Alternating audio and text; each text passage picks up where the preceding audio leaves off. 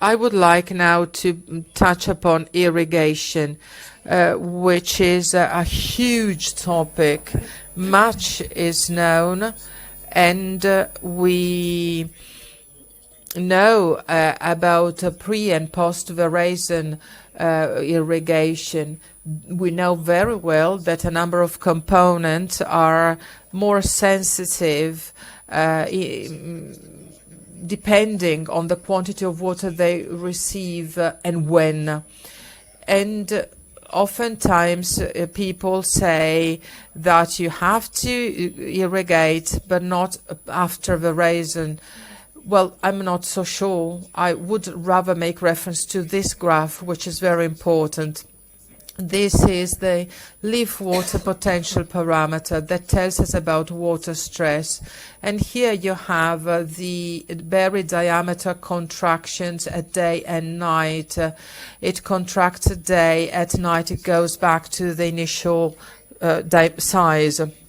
If I work pre-veraison and it is blue, there is a strong correlation between the two parameters, which means that before veraison, the bud and the grape communicate, and the stress on the canopy has a direct influence on the on the grapes, on the berries. And post-veraison, there is no correlation. The berry is not sensitive to water stress that affects the canopy, which means that post-veraison, and that should be said loud and clearly, the vine, due to hydraulic and physiological reasons, is tolerant to water stress, which does not mean that you should not irrigate after veraison. So we should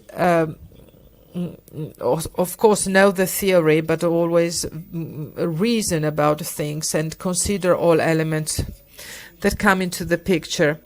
This is something that Luigi already showed earlier on, and it is the difference in ripening and the so-called decoupling between sugar and phenolic ripening. On the right-hand side, you have an Australian graph, Australian data. Those are harvest dates. It is a different hemisphere, of course, but it is for Chardonnay and Cabernet Sauvignon. You see that 20 years ago, there were 3 weeks in between the two harvest dates. Today, this interval has gone down to 9 days, which is something which tells a lot about having a compressed period of harvest. So we have everything in one period. Then there are very different techniques that we can resort to counter that. Here you see on the left-hand side 2 graphs that tell us that if I should delay ripening a bit, the 2 simple things I can think of are to increase production in a very careful way, or foster vegetative competition in the second part of the season, and again in a very controlled situation. Oftentimes this suffices. Here, top right, you see a practice that we studied in order to have a selective delay in ripening with the removal of leaves later on at veraison or later, and we work on the apical portion of the canopy, because the effect I need in that specific moment is to reduce photosynthesis, to reduce sugar accumulation without an impact on the phenolic part, which is something that worked well with red varieties.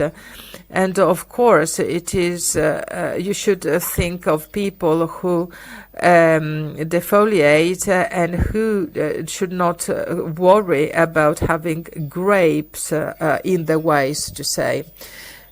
So it is a job that people are eager to perform. Now, I would like to tell you about something that you might think is a crazy idea.